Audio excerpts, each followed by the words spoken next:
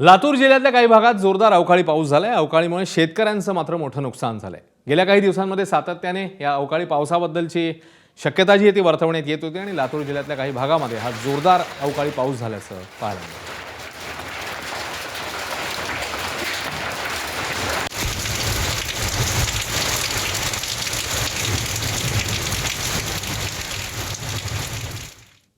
तर धाराशिव जिल्ह्यातनं जाणाऱ्या सोलापूर हैदराबाद राष्ट्रीय महामार्गावरील नळदुर्गजवळ गारपीट झाली आहे। महामार्गावर गारांचा अक्षरशः खच पडल्याचं पाहायला मिळतं।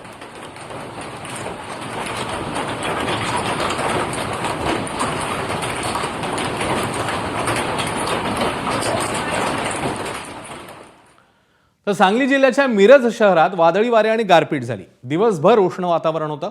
यानंतर जोरदार पाऊस झाल्याचं चित्र पाहायला मिळतंय।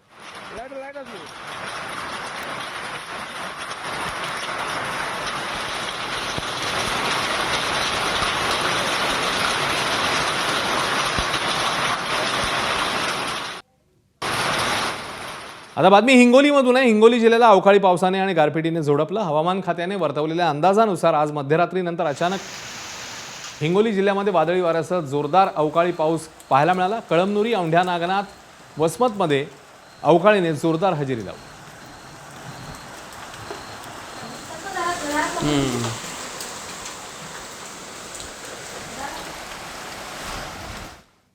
पुढचे 2 दिवस विदर्भ आणि मराठवाड्यातल्या काही भागामध्ये अवकाळी पाऊस आणि गारपीट होण्याची शक्यता आहे। विदर्भ आणि मराठवाड्यातल्या अनेक भागांमध्ये सध्या ढगाळ वातावरण आहे। गेल्या 2 दिवसांपासून राज्यात काही ठिकाणी पाऊस झाला तर अनेक ठिकाणी तापमानात घट झाली होती। मात्र 2 ते 3 दिवसानंतर पुन्हा एकदा राज्यभरातल्या तापमानात वाढ होईल असा अंदाज हवामान खात्याने वर्तवलेला आहे। उद्या आणि परवाचा दिवस जो आहे ते महत्त्वाचे आहेत, इन्क्लुडिंग आजचा दिवस। आज विदर्भामध्ये आणि मराठवाड्यातील काही ठिकाणी, त्याचबरोबर दक्षिण मध्य महाराष्ट्रातील काही जिल्हे आहेत ज्यामध्ये कोल्हापूर, सांगली, सातारा,